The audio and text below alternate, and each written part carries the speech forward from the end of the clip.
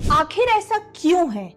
कि real estate brands आज भी अपनी मार्केटिंग को लेकर वही पुराने ओल्ड टैक्टिक्स में फंसे हुए हैं? ऐसा सिंपली इसलिए क्योंकि ट्रेडिशनल वे ऑफ मार्केटिंग उनकी जो टीम है, जो उनकी कोर टीम है, उनको वही समझ में आता है। क्योंकि ट्रेडिशनल मार्केटिंग आज से 20 साल 10 साल पहले काफ़ी प्रोमिनेंट थी,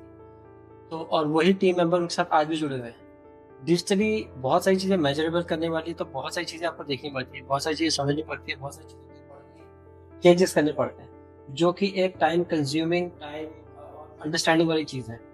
जिसको जो पुरानी कोर टीम है उसके लिए अंडरस्टैंड करना बड़ा डिफिकल्ट है और उन सब चीज़ों में इन्वॉल्व होना बहुत डिफिकल्ट है। और एग्जिस्टिंग जो टीम है आपकी मार्केटिंग की, उनके पास ऑलरेडी काफ़ी सारा इतना वर्क रहता है कि वो कहते हैं कि यार नई चीज़ को नए बच्चों को समझने दो,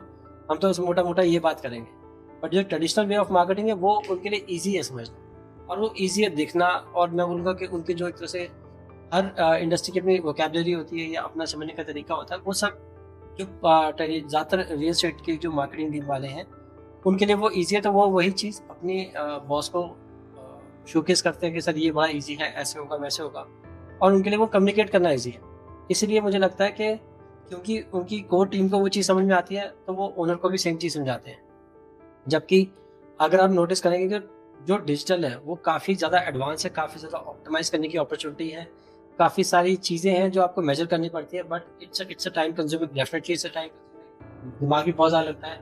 और अकॉर्डिंगली बहुत सारे चेंजेस भी करने पड़ते हैं क्योंकि हर चीज़ बहुत फास्ट हो रही है। और इतनी फास्ट, आप ये भी एक बहुत बड़ा गैप नोटिस करेंगे कि रियल एस्टेट की टीम इतनी फास्ट मूव नहीं करना चाहती, क्योंकि कौन करेगा, कौन वहाँ पर अकाउंटेबिलिटी कौन लेगा, और अगर कोई चीज़ रिस्पॉन्ड कर रही है या नहीं कर रही उस पर एक्शन कौन लेगा। तो इसके लिए जो एग्जिस्टिंग टीम है वो नॉर्मली इतने सारे कामों में ऑक्यूपाइड है, दिमाग ही नहीं लगा पाती। तो ये मुझे कोई रीज़न लगता है ना। तो अगर रियल एस्टेट ब्रांड्स को अपनी मार्केटिंग स्ट्रैटेजी को अपग्रेड करना है तो आइडियली उन्हें किस डायरेक्शन में जाना चाहिए? सबसे पहले तो उनको ये समझना पड़ेगा कि किस चीज़ को वो मेजर कर सकते हैं। जो outdated traditional way of marketing है उसको मेजर करना इजी नहीं है, और बहुत सारे केसेस में मेजर भी नहीं की जा सकती, उसे बस एज्यूम करना पड़ता है कि ये सब काम कर रहा है।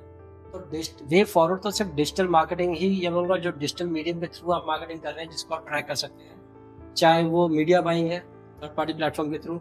चाहे वो डिजिटल मार्केटिंग है, चाहे वो वीडियो कंटेंट क्रिएशन वाली है, चाहे वो सोशल के थ्रू अपना वीडियो कंटेंट स्प्रेड करने वाली है, जिस तरीके की चीज़ों को क्विकली मेजर कर सकें, और अगर रिस्पॉन्स आ रहा है तो स्केल कर सकें, नहीं रिस्पॉन्स आ रहा तो उसको ऑप्टिमाइज करके क्या कैसे रिस्पॉन्स लाया जा सकता है उस पर काम कर सकें।